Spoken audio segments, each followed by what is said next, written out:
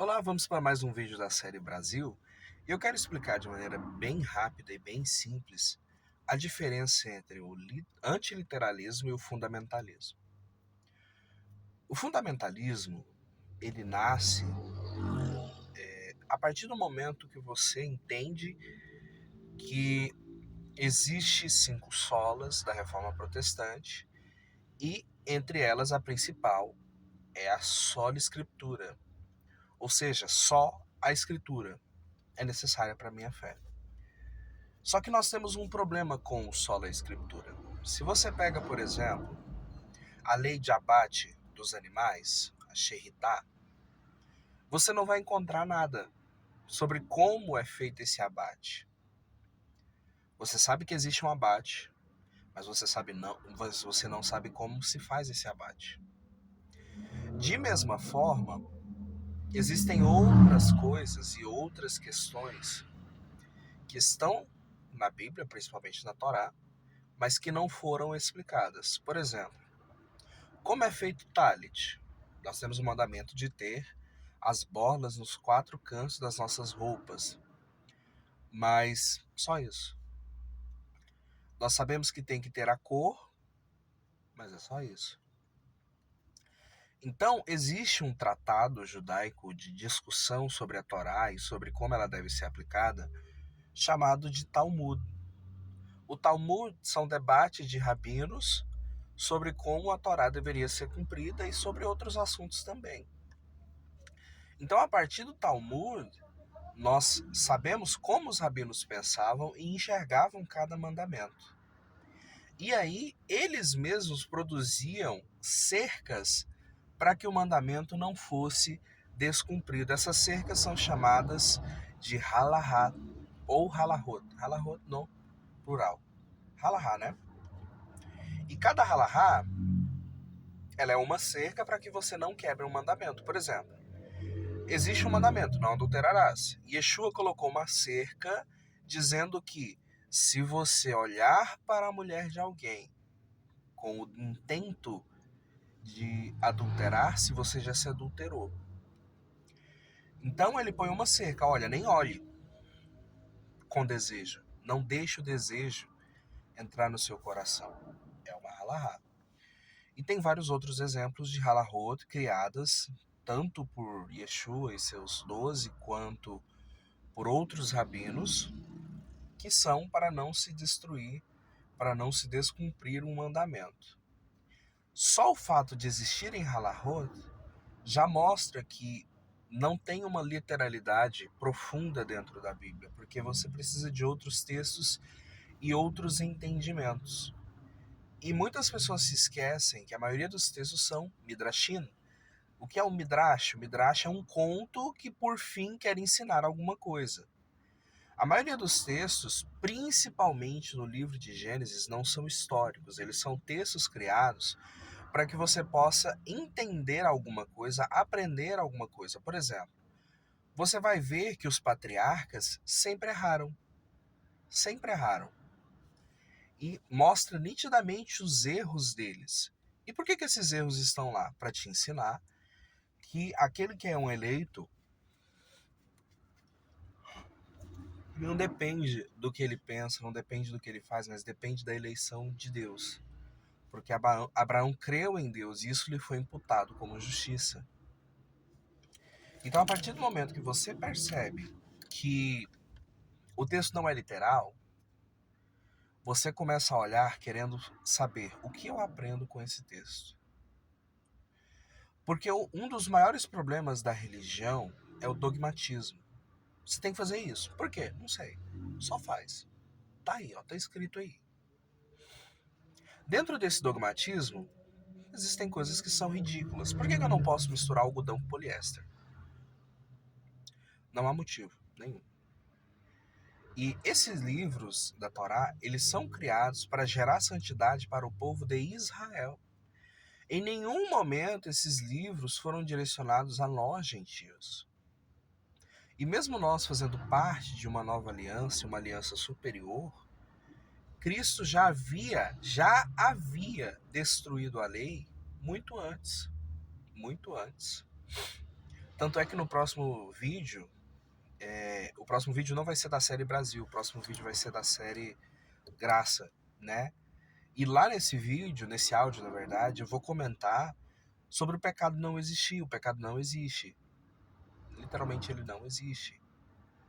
E você vai entender, de uma vez por todas, que eu não posso pegar a Bíblia e forçá-la contra você. Porque nós temos que entender que o mandamento é amar a Deus sobre todas as coisas e o meu próximo como a mim mesmo. Então, a partir do momento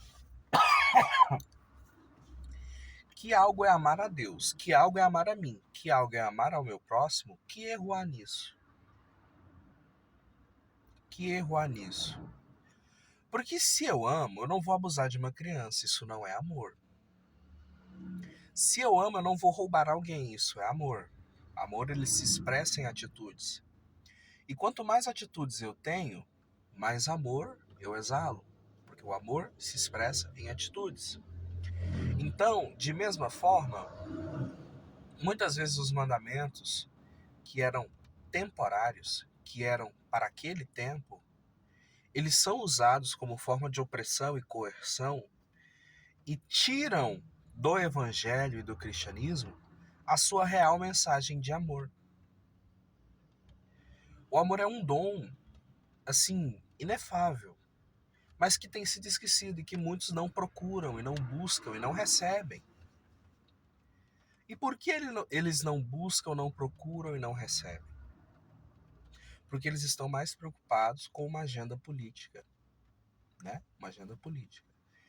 E o fundamentalismo, ele vai se usar do preconceito. Sempre. Ele vai se usar do preconceito. O fundamentalismo é o cara que adultera, mas ele vai forçar a Bíblia para dizer que está errado você ser homossexual. É o cara que adultera, mas ele vai forçar a Bíblia para dizer que você está errado em fazer uma tatuagem. É o cara que fez uma tatuagem, mas ele vai forçar a Bíblia para dizer que não se pode transar antes do casamento. Então, é sempre alguém que tem algum erro que vai apontar para o outro e vai querer apontar o dedo sobre aquele erro, né? Meu amigo Eli Vasconcelos, ele foi baterista da... como chama? Ludmilla Ferber. Ele mora nos Estados Unidos, em Orlando, e ele me conta que lá os crentes americanos são muito mais livres que os brasileiros. Por um exemplo, se você está com a família e quer ir à praia no dia de domingo, é mais fácil que você vá à praia do que você vá ao culto, à igreja. Enquanto isso, no Brasil, faltar o culto é um pecado gravíssimo. É um sacrilégio. Lá eles não deixam de beber socialmente, lá eles não deixam de fazer a sua tatuagem. As igrejas estadunidenses foram as primeiras a entender e aceitar pastores homossexuais, pastoras lésbicas, e tudo bem. Mesmo num país tão conservador, os Estados Unidos é bem mais conservador que o Brasil. Então, por que isso acontece? Porque eles não têm essa leitura presa, fechada, né? E a interpretação, ela manda muito no texto, porque toda a fé parte de uma interpretação. Seja uma interpretação natural, seja uma interpretação forçosa, seja uma interpretação de quem estudou a cultura judaica. Existem coisas que, se você não conhece a cultura judaica, você vai ler e vai entender de um jeito.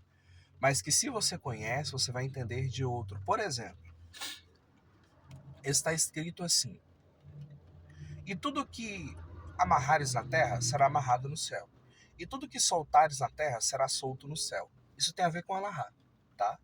Isso tem a ver com os mandamentos. E ainda assim, isso era apenas aos 12. Porque não tem a ver conosco, tem a ver com o evangelho da lei, o evangelho da circuncisão. Então, o que dizia o texto? O que tem a ver amarrar e soltar? A partir do momento que eu amarro, eu estou permitindo algo. Eu estou ligando algo. E quando eu desamarro, eu estou proibindo algo. Mas na corda bamba, se ela está amarrada, você consegue andar sobre ela. Se ela está solta, você não consegue andar sobre ela. Assim era o julgamento da igreja sobre certos pecados. Jesus diz que se nós não perdoarmos, nós não seríamos perdoados. E de mesma forma, em João 20:22, ele diz: se vocês perdoarem, os pecados serão perdoados, se vocês não perdoarem, eles serão retidos. Então veja o tamanho poder que o evangelho da lei tinha, a ponto de poder mudar até mesmo o que era pecado, ainda dentro da lei, porque já estava próximo da nova aliança e queria vigorar a partir da queda do templo. E quando nós entramos na nova aliança, chega um momento onde o pecado não existe mais. Então aquilo que nos separava do eterno já não nos separa mais. E se aquilo que nos separava do eterno não nos separa, já não há condenação para aqueles que estão em Cristo Jesus, Romanos 8:1. Então fica o questionamento a todo aquele que usa da Bíblia, mesmo que seja o Novo Testamento, a gente precisa entender para quem as cartas foram escritas, quando as cartas foram escritas, quem era o público, se era judeus ou se era a igreja. Se nós não entendermos isso, nós vamos pegar a Bíblia e fazer uma leitura impossível dela. Se for assim, né, a todos aqueles, principalmente aqueles que guardam o sábado, por que vocês não se circuncidam? Porque também está na lei. Por que vocês não guardam as festas? Também está na lei. Por que há uma seletividade de alguns mandamentos sim, outros mandamentos não? Isso tudo tem a ver com um projeto político, é claro. Um projeto de dominação. E a partir do momento que eu começo a ditar a sua vida, faça isso, não faça isso, faça aquilo, não faça aquilo, eu vou te excluir da igreja, eu vou te deixar fora, você não vai fazer nada. Você exclui e inclui pessoas ao bel prazer e você passa a dominá-las. Porque agora o rapaz só vai casar com a aprovação do pastor. O rapaz só vai casar com quem a profeta falou que é a pessoa para ele casar. Aí ele vai e se casa e dá errado, e aí os pastores se isentam da culpa. E mais, se ele se divorcia é porque ele desistiu do casamento. Então entendam que tudo é criado de uma forma que não faz sentido. Não faz sentido um homem legislar sobre a vida de outro homem. Nós temos que olhar para a Bíblia, olhar para os mandamentos e ter uma instrução. Torá não significa lei, significa instrução.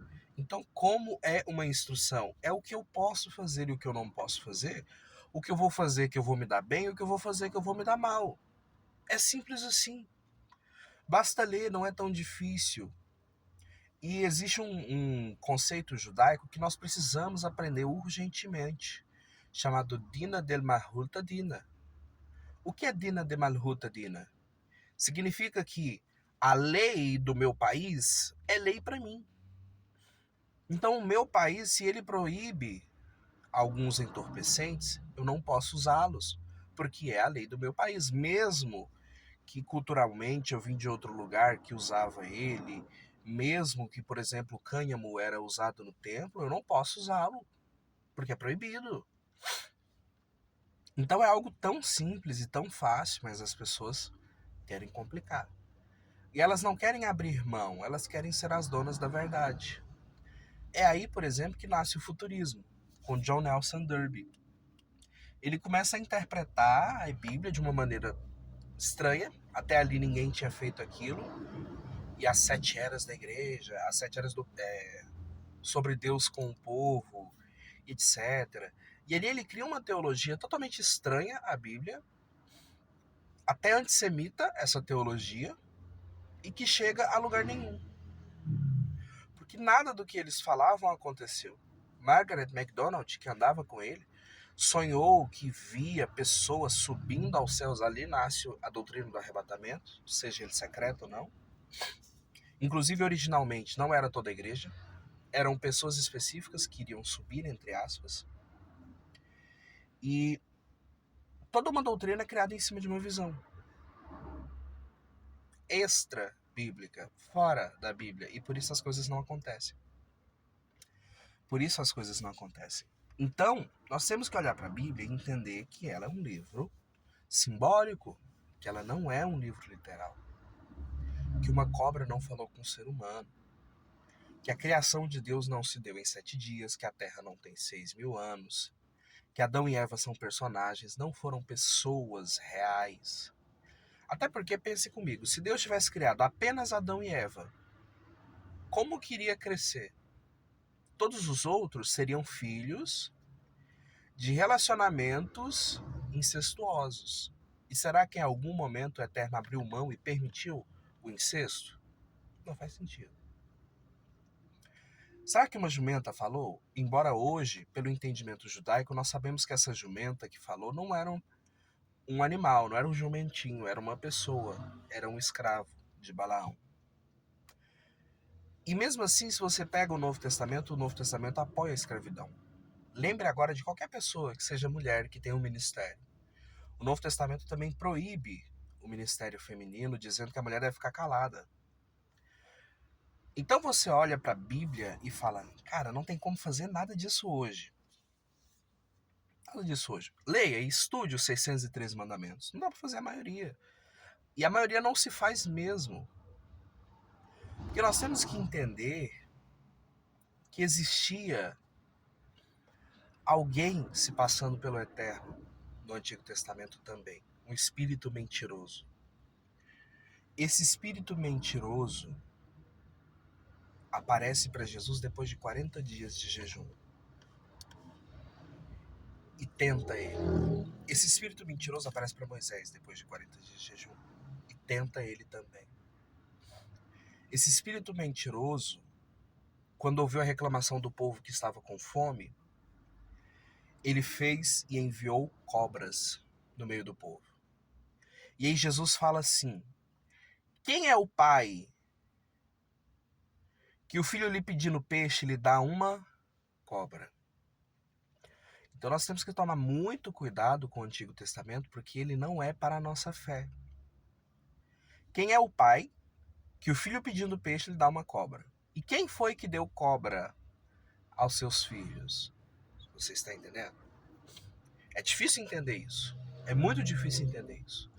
Porque uma leitura literalista, ela vai tentar harmonizar os momentos do conflito.